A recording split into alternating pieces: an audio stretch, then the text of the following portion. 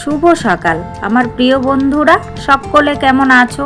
আশা করছি যে যেখান থেকে আমার এই ভিডিওটি দেখছো সকলে ভালো আছো, সুস্থ আছো। আর আমরাও খুব ভালো আছি। জলপাইগুড়ি জেলার এই ছোট্ট গ্রাম থেকে আমি মামনির সংসারের আরও একটি নতুন ব্লগে তোমাদের সবাইকে স্বাগত জানিয়ে তোমাদের সবাইকে সাথে নিয়ে আজকের ব্লগটি শুরু করে দিয়েছি। আমি আশা করছি আজকের ব্লগটিও তোমাদের খুব ভালো লাগবে, তাই সম্পূর্ণ ব্লগটি জুড়ে আমার সাথে থাকার অনুরোধ রইল। আজ ছিল রবিবারের সকাল, আর ঘড়ির কাঁটায় বেলা বেজেছিল সকাল 7:30। আর সকাল 7:30 থেকেই আমি তোমাদের সবাইকে সাথে নিয়ে আজকের ব্লগটি শুরু করে দিয়েছি। যারা নতুন এসেছো, আমার ব্লগটি যদি ভালো লাগে প্লিজ একটি লাইক করে চ্যানেলটি সাবস্ক্রাইব করে আমার পাশে থেকো। আর যারা আগের থেকেই আমার পাশে আছো তাদেরকে আমার অসংখ্য ধন্যবাদ আর আমার মন থেকে অনেক অনেক অনেক ভালোবাসা।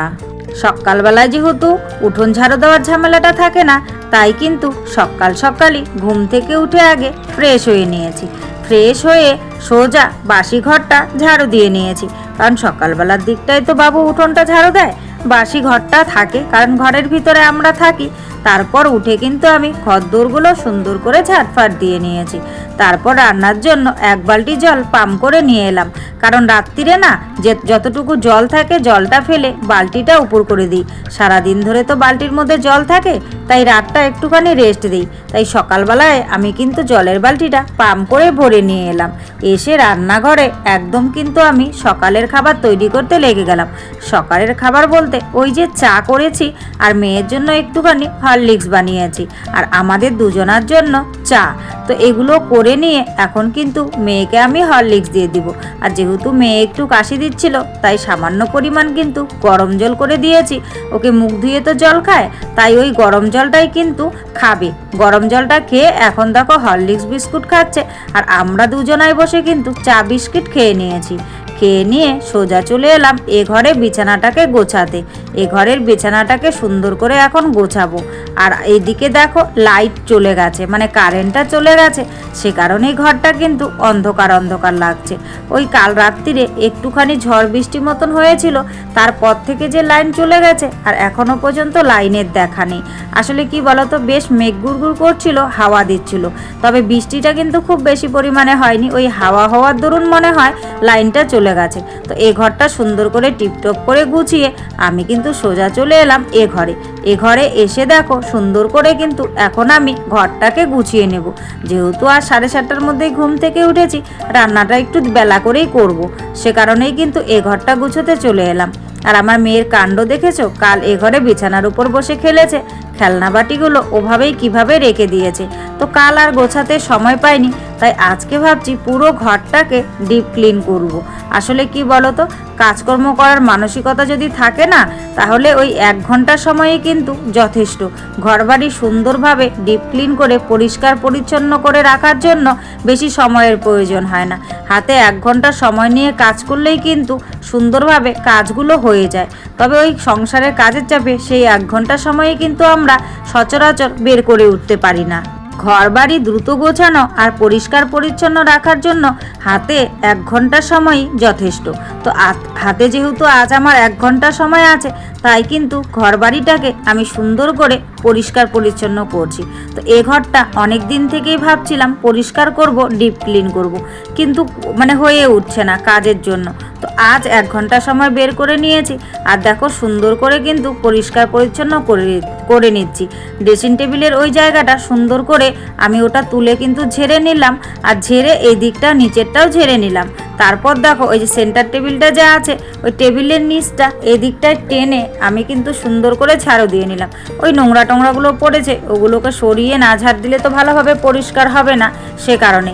তারপর যে জামা কাপড়গুলো সেন্টার টেবিলের উপরে ছিল, সেগুলোকে আমি সাইডে ট্রাঙ্কের উপরে এনে রেখে দিলাম। আর সেন্টার টেবিলের ঢাকনাটাও কিন্তু ঝেড়ে সুন্দর করে পেতে দিলাম। আর টেবিলটা যেহেতু ঢাকা অবস্থায় ছিল, তাই খুব একটা নোংরা হয়নি, তাই কিন্তু আবারও আমি ওটাকে ঝেড়ে পেতে দিলাম।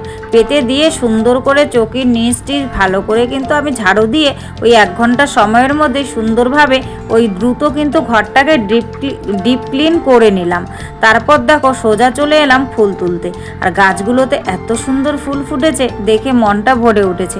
তাই আর তর সইতে পারলাম না, আজ কিন্তু সকাল সকালই ফুল তোলার কাজটা সেরে নিচ্ছি।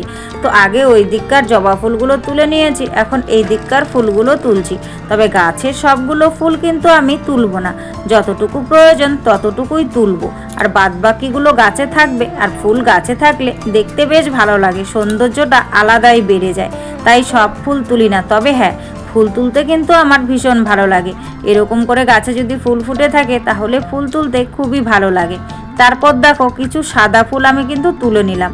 তুলে নেওয়ার পর সাজিটা দেখো এখন কি সুন্দর রং বেরঙের ফুলে ভর্তি হয়ে আছে। আর পুরো এক সাজি ফুল তুলে নিয়েছি, আর সাজিটা দেখতে এত সুন্দর লাগছে কি বলবো। তো ফুল তোলা তো কমপ্লিট করে নিয়েছি।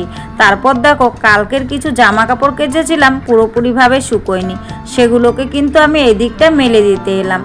আর কি বলতো, বেশ কয়েকদিন থেকে রোদ্দুরের তেমন একটা তাপ নেই, তবে ভ্যাপসা গরমটা কিন্তু রয়েই যাচ্ছে। সারাদিন ধরে রোদ্দুর তেমনভাবে ওঠে না, তবে গরমটা কিন্তু বেশ ভালো পড়েছে।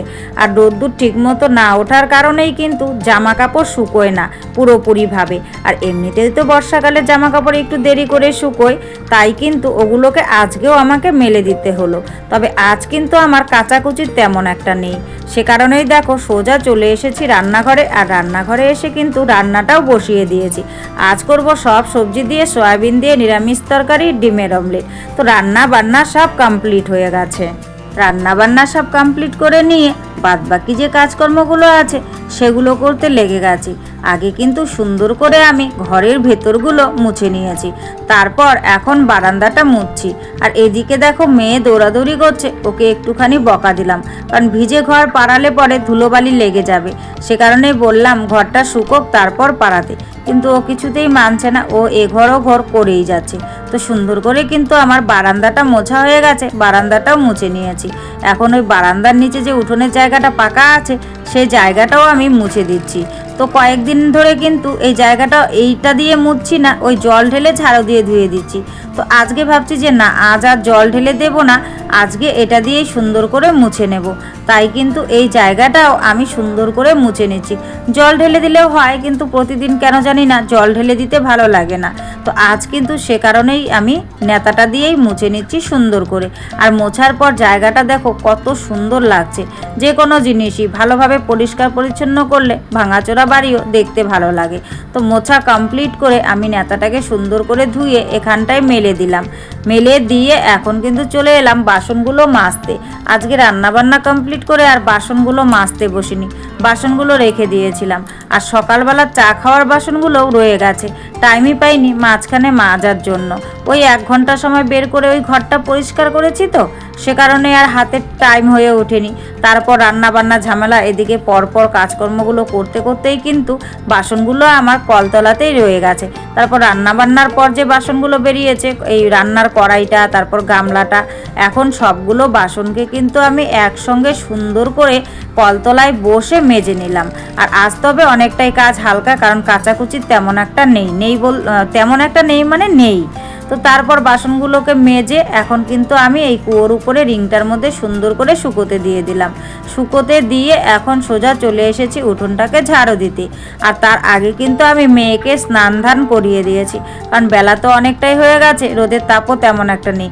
বেশি বেলা করে স্নান করালে যদি আবার সর্দি ফর্দি লেগে যায়, সে কারণেই কিন্তু মেয়েকে স্নান করিয়ে এখন আমি উঠোনটাকে ঝাড়ু দিয়ে নিচ্ছি।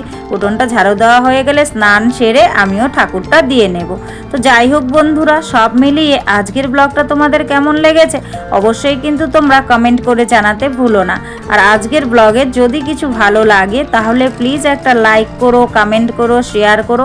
আর আমার চ্যানেলটিকে সাবস্ক্রাইব করে এভাবেই আমার পাশে থেকো। সকলে ভালো থেকো, কেমন?